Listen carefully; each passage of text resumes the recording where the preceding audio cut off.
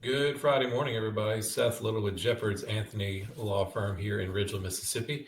I wanted to talk to you this morning a little bit about crypto and taxes. The crypto market is ripping the last few days. Lots of people out there making money on Bitcoin, Solana, meme coins, some of these other smaller coins out there. I wanted to talk to you about crypto and the IRS and the recent trends and things that have been going on with IRS enforcement that you may need to know about. Obviously, most of y'all know that any gain that you make on crypto is a capital gain, just like a stock. So if you buy Bitcoin or some of these other crypto, hold on to it and it gains and you sell it, that's a capital gain subject to the capital gains tax. Similar to stock, if you buy crypto and hold it and that crypto goes up, but you don't do anything with it, you don't sell it or swap it, you're not taxed on that.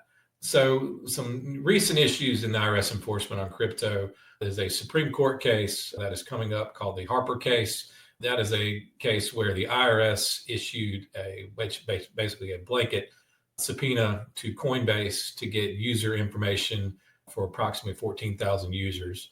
They got their wallet information, their transactions, just seeing what they were doing on Coinbase and on the blockchain.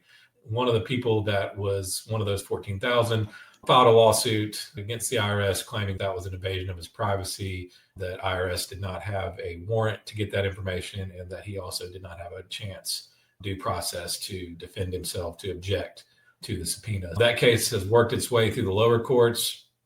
So far, the lower courts have upheld the IRS's position that they are able to issue these, what you call John Doe subpoenas, without notifying the user, without having to get a warrant.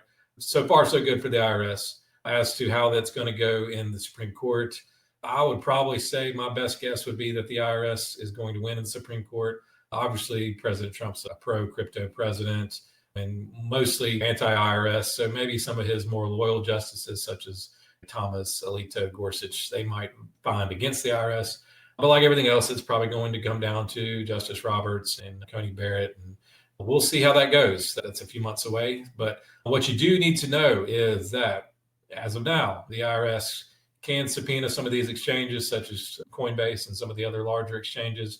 They can see what you're doing on the blockchain. They can see what you're doing in your accounts. They can see what you're doing in your wallets. So just be mindful. I know there's tons of people that do these smaller transactions out there.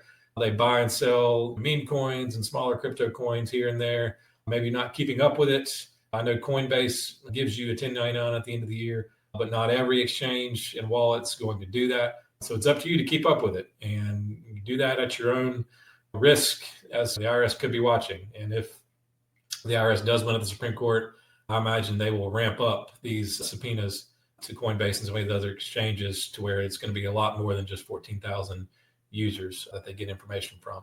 Another thing that you need to know with crypto and taxes, swaps. Now, I'm sure a lot of you out there know what swaps are. Basically, if you have a cryptocurrency such as Bitcoin, Solana, maybe you want to swap one of those out for the other, you can do that in Coinbase. You can do that in some of your wallets.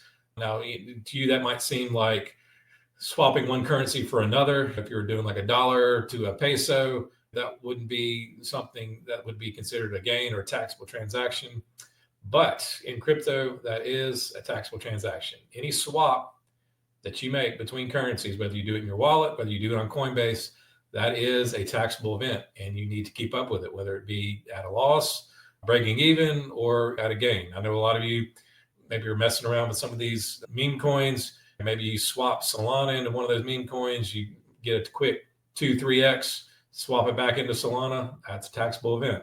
That's something you're going to have to keep up with. And if the IRS wins at the Supreme Court level, they're going to be able to get into your wallets. They're going to be able to see what you're doing on the blockchain, and they're going to ramp up their enforcement.